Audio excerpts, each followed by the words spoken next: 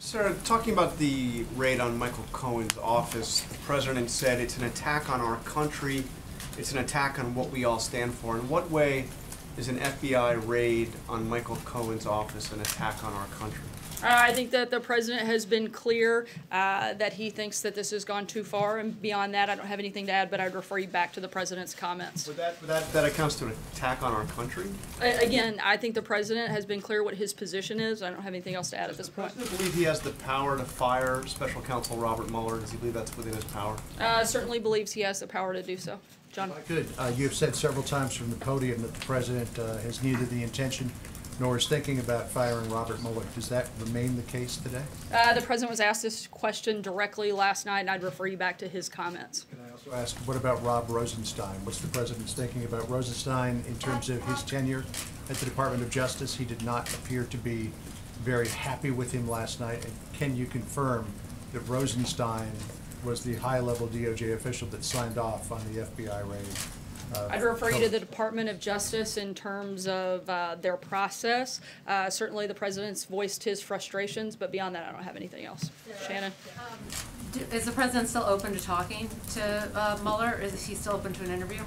That's something that I would direct you to the president's personal attorneys to answer that question. I asked about Rosenstein. What about FBI Director Wray? He was the one who signed off supposedly on this FBI raid.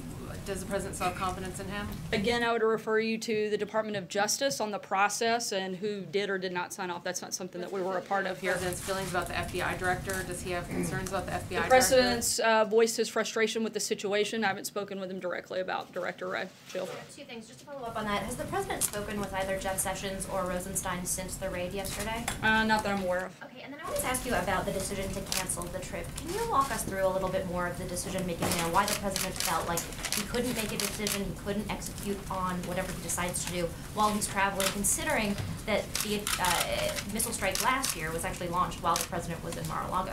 Mar-a-Lago happens to be within the United States, something I'm sure you're very well aware of. The president would like to stay in the country while there are a lot of developments going on around the world. What does being in the country, how does that benefit him? Again, I'm not going to get into specifics on intel matters and things that we may or may not do, but the president and his national security team felt it was best that he stay in the United States while all of these developments are taking place.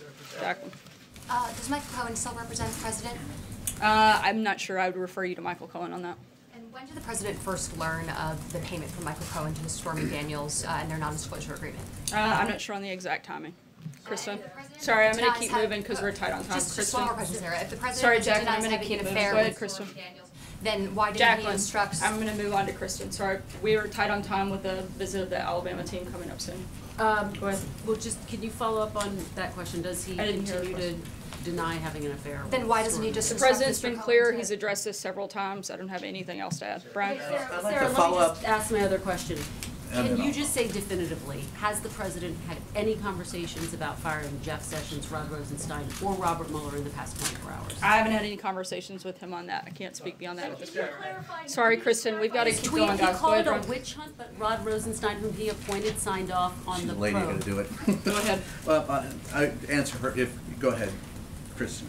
Can you just answer the question? If the president Enough. appointed Rod Rosenstein, and so how can he call the raid yesterday a witch hunt when it was approved by the Deputy Attorney General he appointed? Once again, I'm not aware of what the process is and who signs off on those specific types of things. The president certainly has been very clear about what his position is when it comes to matters of collusion, and that's what his reference is. He thinks this entire thing is a witch hunt. I think we've spoken about this at length, ad nauseum, and frankly think it's a big distraction that the media has spent every single day for the last year focused on this instead of some of the biggest issues of our day and some of the biggest issues that the president is dealing with, like Syria, like North Korea, like deregulation, tax cuts, defeating ISIS. That's the focus of this administration, and frankly that's what you guys should spend a little bit more time on. Hey guys, time out.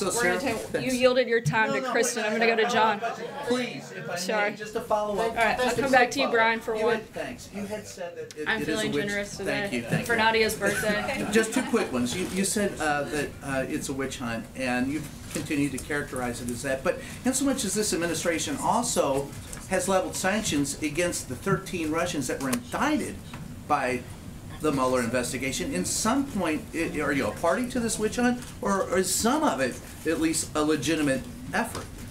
Just because there may have been involvement by Russia doesn't mean there was involvement by the Trump campaign. And to try to conflate the two is insane. No, that's not the question. The question is, in some ways, aren't you at least supporting what they've done, because they've indicted some of the people that you have leveled sanctions against? So you're in agreement with Mueller in at least some regards, right? We've been outspoken on a number of occasions that we think that Russia was involved in election meddling, and we've taken actions because of that. But that has nothing to do with whether or not the president and his campaign had anything to do with that. That wasn't my, and then I'm not. Sorry, I'm going to keep moving. John, I called on John before. Guys, one at a time. Go ahead, John. Thanks a lot, Sarah. Sorry, right here. Thanks a lot, Sarah. What Kind is of crazy today. What is the nature of the president's relationship right now with Attorney General Jeff Sessions? He really voices his pleasure with him last evening in his remarks. Is it a good relationship? Does he risk being fired right now? I think the president was pretty clear about his frustrations when he spoke about that last night. Michael? One other one, real quick, Sarah, if you don't mind. It's about the EPA administrator, Mr. Pruitt. If it turns out that he lied in the interview that he gave with Fox News, my colleague Ed Henry, would that be problematic for him in terms of holding on to his job? I'm not going to get into hypothetical situations, but certainly the president would expect all members of his cabinet to be honest and certainly open with the public. Michael? So the president last night seemed to combine his reaction to the Russia investigation, which we've heard him say before, and this new investigation that has grown out of the raids in New York of his attorney. Does he view that as one and the same investigation? In other words, does he think that's all kind of under the umbrella of the special counsel, or does he view the Russia investigation as separate from the probe into the payments by these women that is apparently being conducted by the U.S. Attorney's Office in New York? I think certainly that they are separate investigations, but I think that publicly they have been conflated quite a bit.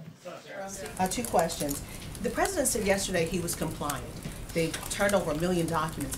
If he was compliant with these investigations, why was there a search warrant needed?